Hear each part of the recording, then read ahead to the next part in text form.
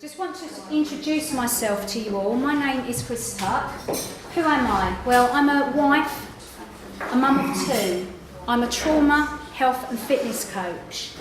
I'm an author of childhood abuse, Through the Eyes of a Child and Parenting Without Tears. I'm a childhood abuse survivor and an ambassador for NAPAC because I truly believe in what Pete does, and spreading the word is one of the things that I've chosen to do as part of my role of raising awareness for survivors. But I transform my clients' lives through an integration of mindset, nutrition and fitness, because as Pete was saying earlier, to have mental wellness, emotional wellness and physical wellness is what's going to get you through day-to-day life, but especially so if you have been abused as a child, you have so many other more issues to deal with. Before I go on with my story and what I want to talk to you today about, I want to read an excerpt from an article that I wrote recently, just to set the scene. Now, if this excerpt triggers anybody, I apologise. If you need to leave the room, that's fine. Put your hand up if you need any help and one of us will come and see you. Is that okay? Thump, thump, thump, my heart is banging 10 to the dozen in my chest, as if it's going to explode. I can feel my blood pumping in my ears. My breathing is shallower and faster. My muscles tighten. My pupils dilate. My radar is up. My body is alert and waiting. I'm scared. I'm anxious. All my senses are heightened. I can smell, touch, taste, and feel, see what is going to happen again. I've been here before, hundreds of times in fact. Here comes my abuser. I'm ready to do whatever it takes to survive. I might run away, I might freeze and just take what's coming. But just for today, I might stand and I might fight. Is this a real event? Is it a memory? Is it my nightmare? It doesn't matter. The brain sees it the same. It's a threat to my survival. Even when the threat is no longer here, my body prepares itself for fight, flight or freeze every time the brain is triggered. My emotions and feelings have become hardwired, and every trigger, every threat can make me react in the same way. I will constantly live in my reptilian brain space. I would constantly be frightened of my own shadow, walking on eggshells, living a life that serves someone else, not me.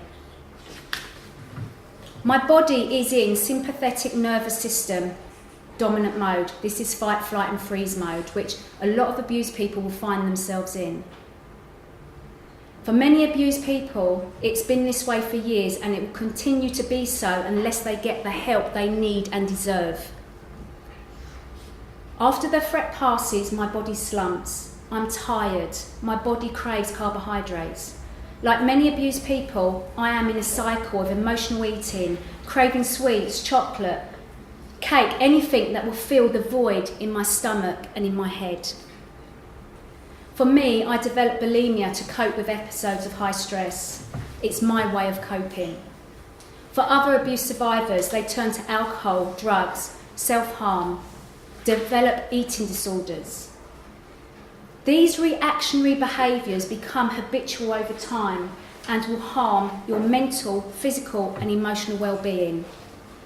In 2000, I had a breakdown, and the only way I could turn my life around was to break the cycle of the unhealthy stuff that I was doing.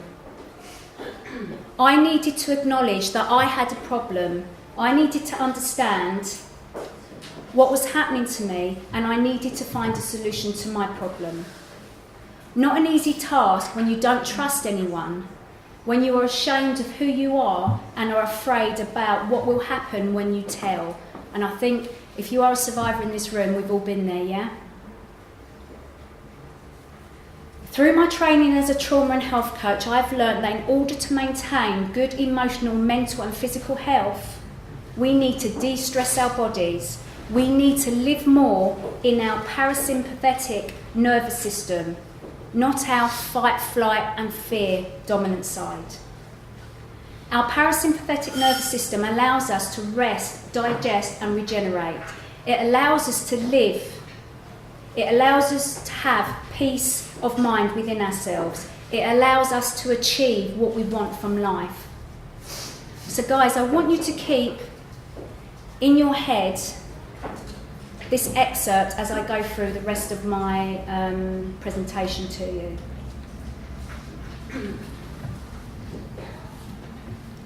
So today I'm going to be talking to you about how abuse affects an individual's health and well-being, what we can do to help ourselves, and what we need others to do to help us, because we can't do it alone. It's impossible for us to do it alone. So I've read the excerpt. Right, damaged children grow up to be damaged adults, and we often go on to have children and we don't know how to best parent these children because we have not had the nurture and love that we should have had when we were growing up. But before we can actually look at the damage childhood abuse does to the individual, we need to look at what a normal childhood looks like. Now, the NSPCC definition for a normal childhood is that children need adequate food, water, shelter, warmth, protection and healthcare. They also need their carers to be attentive, dependable and kind. Children are neglected if these essential needs, the things they need to develop and grow, are persistently not met. I don't want you to read all of this. This is for me, as I said, I didn't want to forget anything. There are 8 key responsibilities that parents should provide for their child. A safe environment, so a home life that's free from abuse. Basic needs, the water, the food, the shelter, the warmth, appropriate clothing. And the one that we all do not get is the building up of the self-esteem, which totally affects us in adulthood if we don't get our self-esteem built up. We need to teach our children morals and values. We need to develop mutual respect with our children. We need to provide structured, fair discipline. Discipline is not about beating the hell out of your children to make you feel good and make you feel more adequate. It's about teaching children the right from wrong. That is what it's about. As Pete said in our childhood, being hit and shouted at was the worst thing. If I come across anyone shouting at children now, I can burst into tears quite easily. I'm not going to go there, sorry. So we've got to get to know our children, we've got to be able to communicate with them and spend quality time with them. Now, as a mum of 2, communicating with your children some days is difficult. All you want them to do is just do what you want them to do. Yeah, but I don't beat my children up, I don't hit them. Yeah, there are other ways of doing that, and I know right from wrong, so I've never hit my children, but there are times when I probably did want to give them a smack because they weren't doing something that was safe, so it was more of protecting them. But if you don't know how to parent, then go and find out how to parent. I'm not saying that to you guys in the room, but just in general. So by sharing my story with you, I will show you that every single one of those 8 key responsibilities that should have been provided in my childhood, in my sister's and my brother's childhood, was not there or was broken, okay? And this is reflected in the thousands and millions of children that are now adults that didn't have this in their life. And we are wondering why we can't cope and get on with life and be a success with what we do, you know? But hopefully this will give you an understanding of why it is hard to get on and be successful. Right, sorry. Before we look at my story, I want to explore what abuse actually is, and this is my definition. Abuse is all about power and control. Often it's the perpetrator that is in full control and has all the power. The victim, because you are a victim at this stage, you are not a survivor when you're going through it, the victim has no power control over what is happening to them or their life.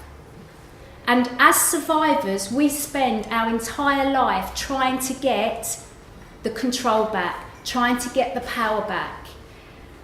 My breakdown happened in 2000 when I was 30, so I spent from 15 to 30 running.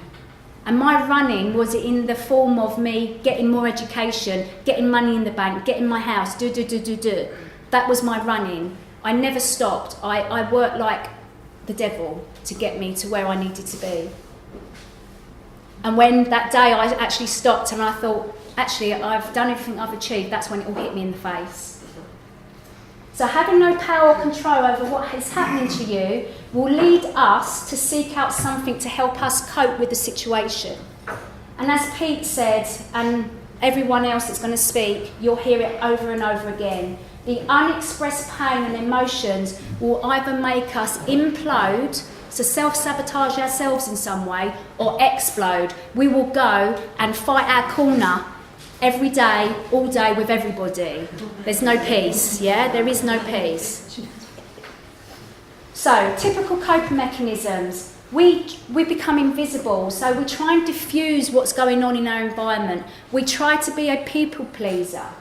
Try and keep everything happy, everybody happy. So that next bit of violence will not happen, hopefully. Amount of times in my family where I tried to smooth everything over so an act of violence wouldn't occur. Some of us might become troublemakers. My brothers went to school and they had to fight with every single person in the playground because that was their unexpressed emotions. They didn't know how to express themselves. So they fought with everybody and got into trouble for it.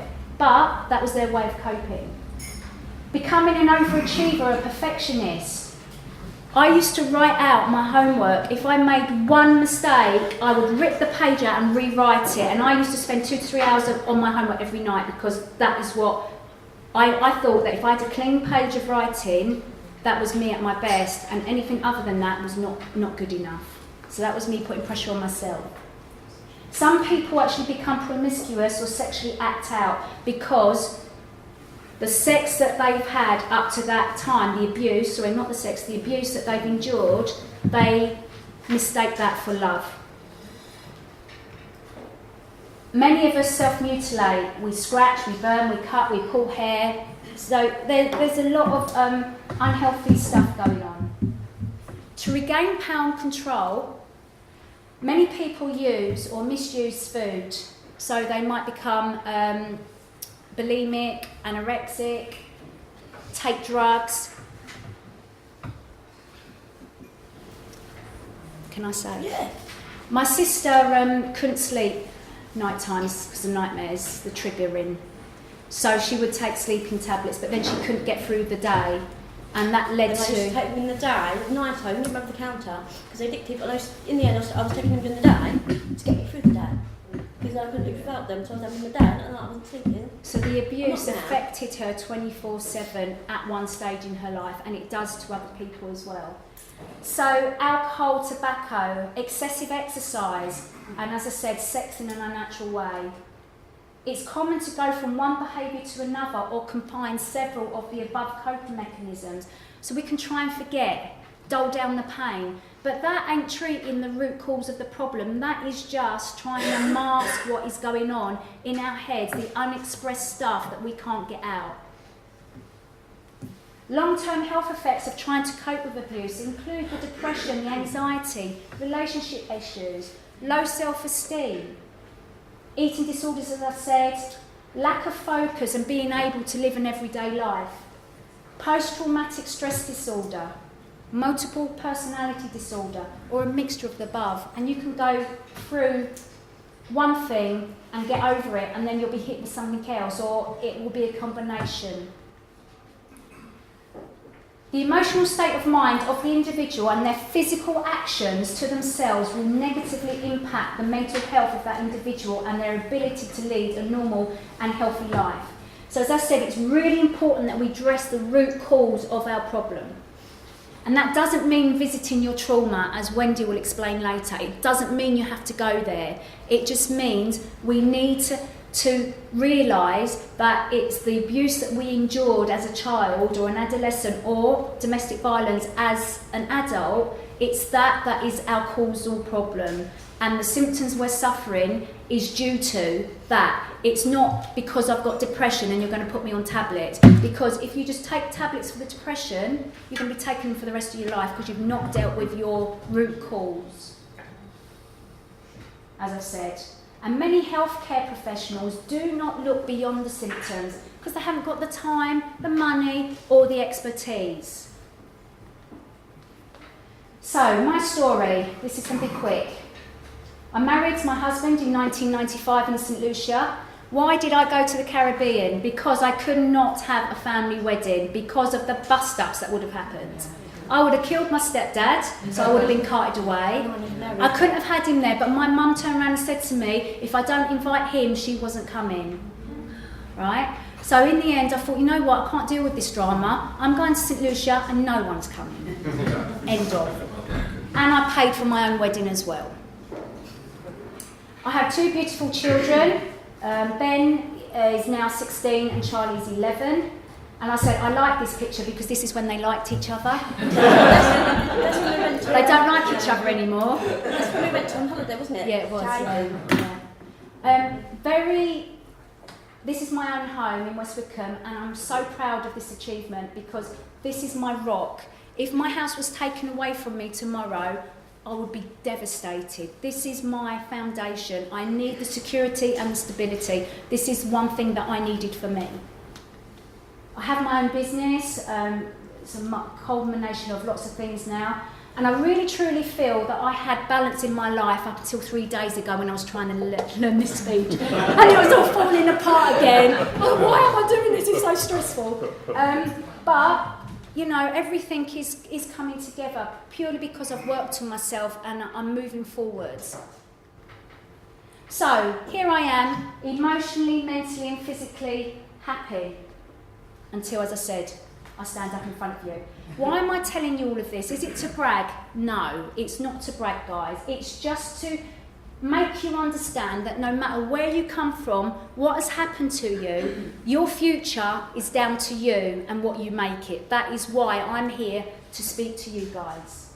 You can be, do and become whatever you choose. The abuse that happened to you was awful. It was. But it's up to you to take responsibility for the here and now and to get yourself well enough to get out of life what you want. Yeah, really important that you take that away. So my life has been a journey, at times not pleasant, but now, you know, it's good. So I was born in Chislehurst, Christine Oliver, in 1970 to G&E Oliver. I was brought up in Penge and Bromley. I lived in a council house. I had 2 brothers and 1 sister. Here they are. I love my clicker. Right. So we have me. I was actually a year younger than my brother here. Then little Diane, she's 2 years younger than me, and Mick is 2 years younger than Diane. As you can see even from this picture, this is when we was well, when we was fed, and we don't look very healthy here anyway. Yeah, okay. Right, up to the age of 15, guys, I was a nobody and I felt like a nobody. I was constantly told as a kid, like Pete, that I would aspire to be a nobody by the many adults in my life and other children. You're ugly, you're stupid, you're thick. Yeah? When you get told that day in, day out by your caregivers and children around you, you believe it because that is all you have to go on. This was reinforced by the fact that me and my siblings were very neglected. We were not shown any love, we were not nurtured, we didn't count. We actually you could smell us a mile away. We all had problems with our bladders, we all wet ourselves, every night. Sheets weren't changed, we used to go to school smelling. We weren't fed properly. We stole from shops to feed ourselves. Not proud of that, but we did, survival. I used to eat apple cores from the bins at school because I was so hungry. I would just go to the toilet, I'd sit on the toilet and I'd eat someone else's apple core. I remember walking up and down Bromley High Street. This is Bromley High Street, picking up McDonald's off the floor because I was hungry. And this was in the 1980s, yeah? So it ain't that long ago. As I said, we were beaten at every opportunity, we were bullied at school and at home. We were the modern day Oliver Twists. So, rather than go into lots of horrible stuff, you get the picture. We were mentally, emotionally, physically, sexually abused through the childhood and teenage years. It's not all bad though, guys, so I just want to share this with you. My education was the key turning point for me, and I just want to share a bit about this with you. So even though I was bullied at school, compared to my home life, school was a saviour for me. It was a safe haven. And I quickly learned that if I got educated, if I was able to get some exams, I could move out and I could get somewhere.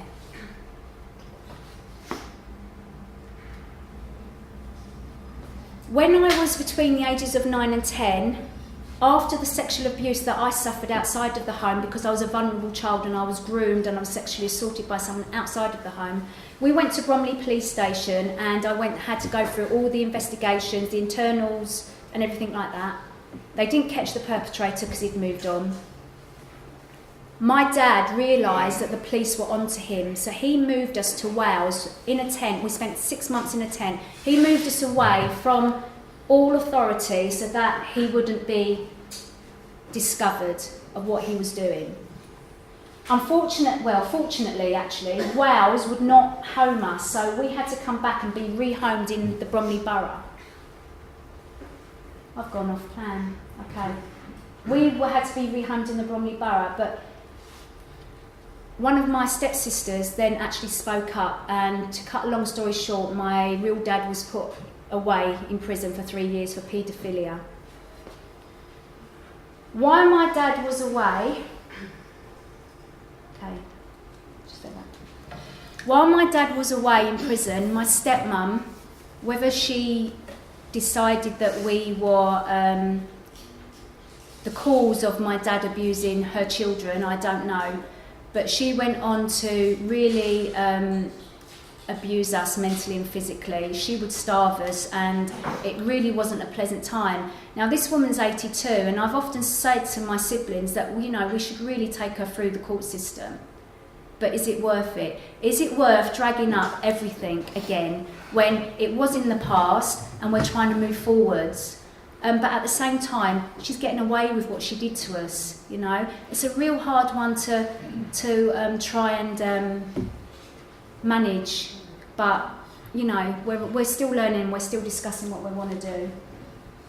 So, at the age of 15, I didn't know what I wanted to do. I had no aspirations because no one's told me that I'm good at anything, and I didn't feel like I was good at anything. So why would anyone around me believe in me? No one thought I was going to be any good anyway. And at the age of 15, I'd met my husband, who I'm still with, and all I was interested in was looking good, yeah, to what was on TV, and I did like George Michael as well, yeah.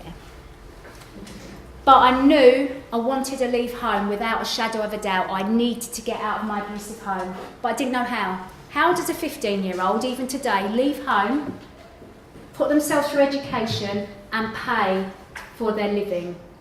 Can anyone tell me how that's possible? It's not, is it? Not really. But back then, I knew I had to get out for my own sanity. My friend's mum was a bit of a hippie. She was a bit out there. And she said to me, "What are you going to do when you leave school?" I went, "I don't know." She goes, "Well, you must know." I said, "No, I haven't got a clue. You know, I'm from a council estate. I'll just go and get a job. That's what I'll do." And she went, "No, you can be anything you want to be." And she was the only person that said that to me. And she said that she believed in me. And I took that really to heart. And I said, "Well, what do you think I can do then?" She goes, "Well, what do you enjoy at school? What are you good at?" Again, wow, you know. And I said, "Well, I quite like cookery." She goes, "Oh, become a chef then." Really? Really? So anyway, 6 months later, I'm at Westminster College down the road in Vincent Square on a catering course. So I can cut all that out, lovely. So, with the help of Daphne, I went on to complete a BTEC in hotel management, which was equivalent to 2 A-levels. If I had to go to school to do 2 A-levels, I would have failed miserably. This course was fantastic. I actually fell in love with accountancy. Now, for someone who didn't even get O-level maths at school, I got a grade D. I spent the next 9 years becoming an accountant, and that's what I did. But what I did, guys, when I moved out, I moved into a bedsit. I'm going to go through a few slides very quickly in a minute. But I moved out into a bedsit. I had 3 jobs to get me through the 2 years that I was at college. I then left college, got a full-time job paying the minimum wage, and I put myself through night school and weekend school. That's what I did. So I can go through most of this. Right, my health and fitness, okay, which is really important to the crux of what I'm talking about today. Whilst I was studying long hours, I was sitting down an awful lot of the time. Apart from when I was in a fitness session, jumping up and down to try and get rid of the anger that was deep inside me. And because I didn't find studying easy, I would get cross quite quickly. So fitness and the studying went hand in hand for me. I couldn't do one without the other. I needed to be able to focus. When you work out, I don't know many of you who do work out, but when you work out, the happy endorphins rush around your body and it gives you a lift, it gives you a boost. And that was my first realisation that fitness would be one of my cure-alls for me. In 2001, my stress levels at work and home were overwhelming. My past abusive history caught up with me and I had a breakdown. The main reason of my breakdown was when I had my son though. When he was put in my arms, I had this overwhelming love for him. And then all the anger and frustration about my caregivers came and hit me in the face. How dare they do to me what they did? I wouldn't do that to my child, so how dare they do that to me? So I was really angry, but also I was quite bereft that I didn't have that in my life, because I knew my kids are going to get everything. Not spoiled, but they're going to get those 8 key responsibilities I talked about, they're going to get all of that. Yeah? So I was quite upset that I hadn't got that, and that's when I had my breakdown, because I couldn't, what's the word? Function? No, I couldn't quite reconcile why I hadn't had it, yet I could easily give it, yeah? So as I said, when I had my daughter, there was no way I could go back to doing 12 hours accountancy and spend time with my children. So that was a mum thing that I had an issue that I had to sort out. So I retrained as an exercise to music instructor because I love fitness. Again, what do you like doing? What can you do next? I love fitness. Let's go and do a fitness instructor. What are you doing? You can't give up your accountancy. You spent all that time doing that. You spent all this money. You da-da-da-da. I've got to do it. That's it. It's got to be done. So then I went and became a fitness therapist at the Priory Hospital, Haysgrove, and I believe in fate, and this was just one of my stepping stones, because that's a psychiatric hospital that deals with all of these symptoms that we've talked about and helps people move on. Right, okay. In 2011, I became a health coach. I did lots of training in posture and nutrition, and the reason I did that, because of my poor nutrition as a child, and because of my imbalance in my muscles from sitting down all day, studying and working, when I trained as a fitness instructor, I was jumping around like a mad person, and my muscles became overused, and the imbalance that was in my body already really exacerbated the problems that I had in my hip. I've actually had 2 hip operations, and I was in a mobility scooter for 3 months and on crutches for 8 months, and it's only in the last year that I've regained everything. So I could have lost my fitness and health business quite easily because of that trauma. But that trauma is a direct response to my ill treatment as a child because of my nutrition, the imbalance in my nutrition and my ill health and my stress that I had undergone. And the sexual abuse. Absolutely, darling, yeah. So nutrition, what can I tell you about nutrition? Your food choices, what you eat, will affect your mood, and your mood will affect your food choices, so it's a cycle. So I'm saying to people, this is my gospel, my Bible, you eat well, you look after yourself. So, really quickly, because I'm running out of time, What people should eat is good quality protein, good quality carbohydrates, good quality fats. That will give you good mental health. That's it. Done. Slide down. Right. We need minerals and vitamins for every activity in the body, and they help break down your proteins, your fats, your carbohydrates. Water, so important in your life. If you're dehydrated, you will suffer migraines, constipation, and have lack of mental focus. And your body can't break down the food you've eaten. Why am I telling you this? I have had 2 rectal prolapses and 2 operations because I was not allowed to drink water as a child, okay? Yeah. We wet ourselves because of the nervous condition we were under, the stress we were under. The doctor said, don't let them drink water after 5 o'clock, right? I used to go to the toilet once every 10 days, number 2s, yeah? Constipation, etc., etc., because of what I went through as a child. So my crusade is getting people to eat well, getting people to drink, getting people to sleep, getting people to rest and regenerate. Look after your health and well-being through eating right, doing exercise and drinking lots of water. Fitness. Fitness can be whatever you want it to be. Get out and walk. You need the vitamin D. You need to keep yourself mentally well, and walking will do the trick. You don't have to have expensive gym memberships. Your health is your wealth. When you've been abused, the last thing you think about is your health, yeah, especially your mental health. If you're suffering from something, you're not quite sure what's going on, and you are coping with it with alcohol, you're coping with it with emotional eating, it's going to be a hard cycle to get out of, but until you get out of that, you're not going to address the root cause of the problem. You are always going to find a solution to your symptoms. So it's really important that you start looking, as I said, at the root cause, deal with it, and I said you don't have to go back to the trauma, you don't have to. Yeah? Deal with the root cause, and then investing in your health and wellness is really important. I love skipping through these, see? So, today I'm a happy, strong and fit person, apart from my hip, but hey-ho. I want other people to avoid the pain, and by sharing my story and showing you all how it can be done, we can all be successful. So how do we move from a chronic stress state of being, everything going on in our minds all the time, to a calm, relaxed state of being? Don't put on a conference. So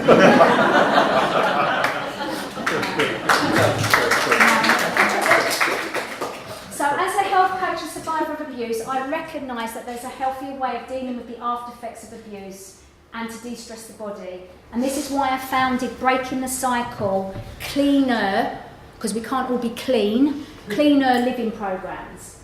So I help my clients break the cycle of self-sabotage, how they think, what their behaviours are. The mnemonic cleaner stands for looking at their mindset, helping them make healthier lifestyle choices, balancing the hormones through what they eat and drink, looking at their posture, because you know, as an abused person, we often go around like this, you know, feeling sorry for ourselves and don't want to talk to anybody, yeah? And that will impact how you feel up here, okay? Some people hibernate in home because they just think when they go out, they've got a label stuck on their head, victim, you know? It's all about empowering people, using nutrition and exercise to get you clearer in your mind, making healthier lifestyle choices. The whole program is built on the principle of nurture and investment into health and well-being. So I've got this program, it's an 8-week course, and basically it takes you away from your fight, flight and freeze side of your brain, okay, into your calmer, relaxed side. The frontal lobe of your brain, there's lots of science behind this, where you can focus, where you can learn, and where you can think about what you want out of life. So rather than you being that scared little 7-year-old all the time, that going around and round in your brain and all you're thinking about is survival, we need to get you out of that. And we need to get you into a space where you can actually learn, focus, and do what you want in your life, yeah? That's the whole aim of healthier living. I also run 2 courses, guys, Releasing the Shame of Childhood Abuse, Unleashing Your Inner Phoenix, and that's basic self-esteem.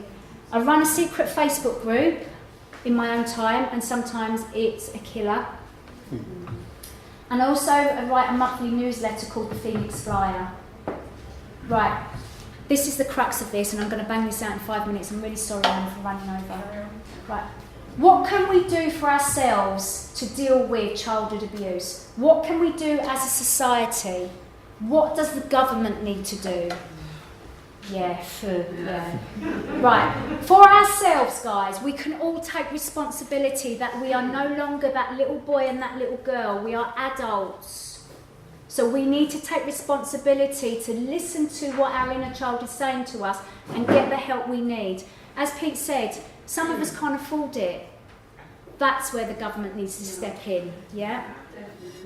We need to get the help and support we need and we deserve. We did not ask to be abused, did we? No. So, where's our help? We need to look after ourselves though as well. We do need to take responsibility a bit. We can't always be a victim. People don't like listening to victims. They like to listen to people that are doing something about it. Yes, we all need help. I've had loads of help. Okay, I want to get that in. But you do need to take responsibility for yourself. Right, what do we need to do as a society? Abuse is prevalent in all areas. It needs to be dealt with from the ground up. We've all heard about the abuse stories in the care homes, in schools, churches, in the home, outside the home, online, in the government, in the celebrity world. As a society, I've had so many people come up to me and said, but I don't need to worry about that, it doesn't affect me. Okay. As a society, we all have a responsibility to safeguard our children and everybody else's children. We all need to be vigilant to what is going on around us. We need to listen to our children, report what they've said, and get them the help they need and deserve. What the government needs to do, P. I believe that there needs to be a single framework for dealing with the reporting, prosecution, education, and finally the aftercare for survivors. We need multidisciplinary teams to help us acknowledge what the hell's going on in our society and to get us the help that we need to become fully functioning adults so that we can pass on to our children healthy behaviours and habits. Does that all make sense? Yeah.